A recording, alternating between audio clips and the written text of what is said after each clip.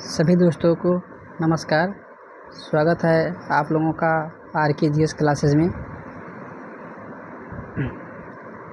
कल तक हमने 40 क्वेश्चन करा दिया था। आज हम जीव विज्ञान के 10 क्वेश्चन और करेंगे, तो 41वें क्वेश्चन से शुरुआत करेंगे। तो आइए देखते हैं 41 नंबर क्या कह रहा है कि दूध से दही के रूप में जमने का कारण है डैश। मतलब जो दूध से दही जमता है वो किस बैक्टीरिया के कारण जमता है। पहला है माइकोबैक्टीरियम, बी है स्टेफाइलोकोकस, सी है लैक्टोबैसिलस, डी है ईस्ट। ये एसएससी 2002, रेलवे एनटीपीसी 2016 में क्वेश्चन पूछा गया है।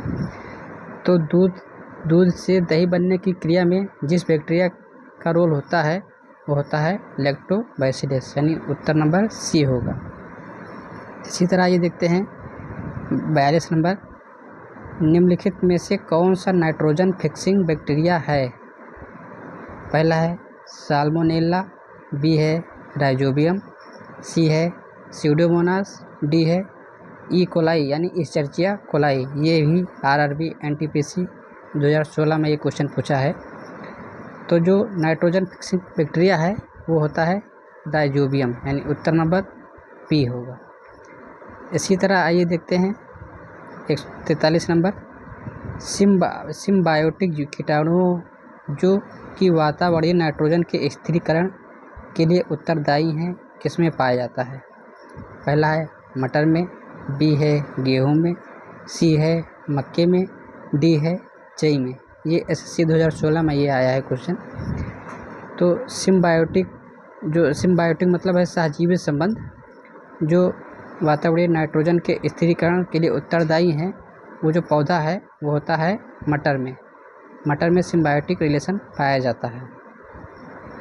इसी तरह ये देखते हैं प्रश्न संख्या 44, फलीदार पादपों की जड़ों में उपस्थित गांठों में पाए जाने वाले नत्रजन स्थिरीकरण जीवाणु हैं। ए है मृतोपजीवी, बी है प्रोटोपघटनी, सी है सहजीवी, डी है परासरपी।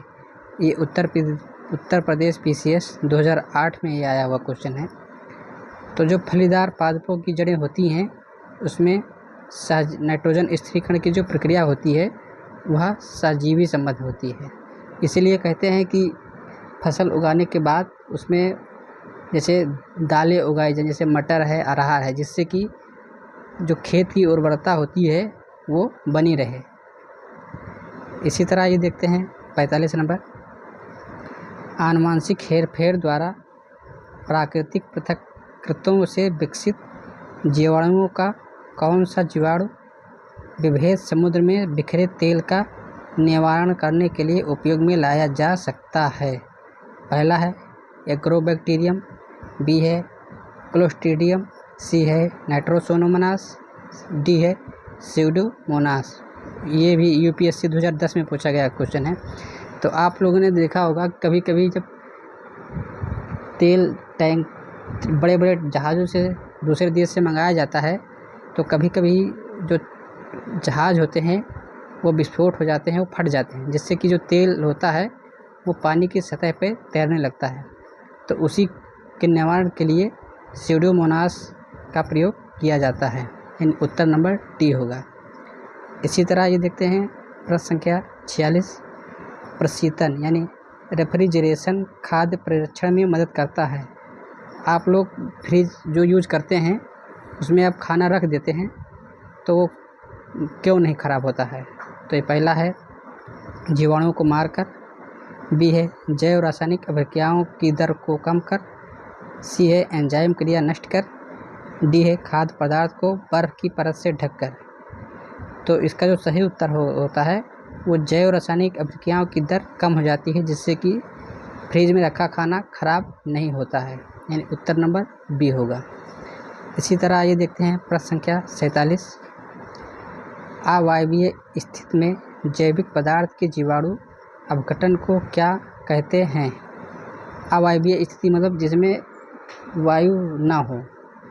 तो पहला है किण्वनीकरण, बी है उर्वरीकरण, सी है संदूषण, डी है कंपोस्टिंग। ये SSC 2016 में ये क्वेश्चन आया है। तो अवायवीय स्थिति में जैविक पदार्थ के जीवाणु के अपघटन की जो प्रक्रिया होती है वो होती है किण्वनीकरण, यानी उत्तर नंबर ए होगा।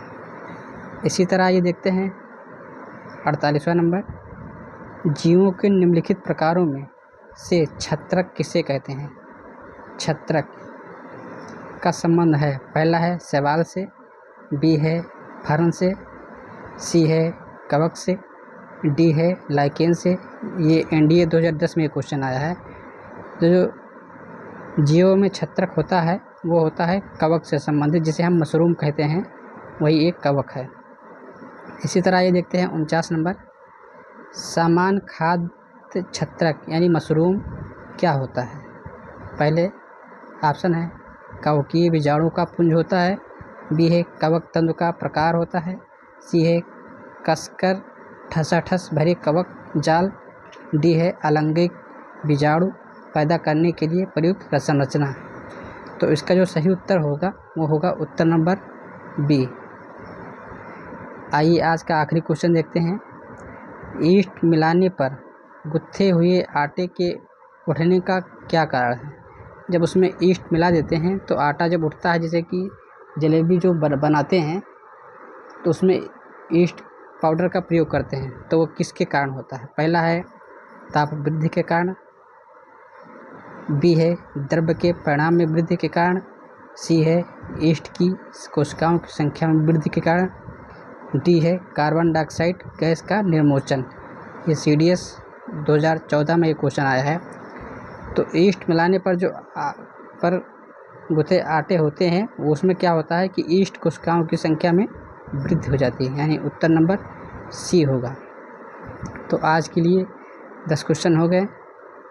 वीडियो को लाइक कीजिए तथा अपने दोस्तों को शेयर कीजिए और वीडियो को पूरा ज़रूर देखिए, क्योंकि ये विभिन्न एग्ज़ाम में पूछे हुए क्वेश्चन हैं और एग्ज़ाम में बार बार रिपीट होते रहते हैं। तब तक के लिए नमस्कार, जय हिंद।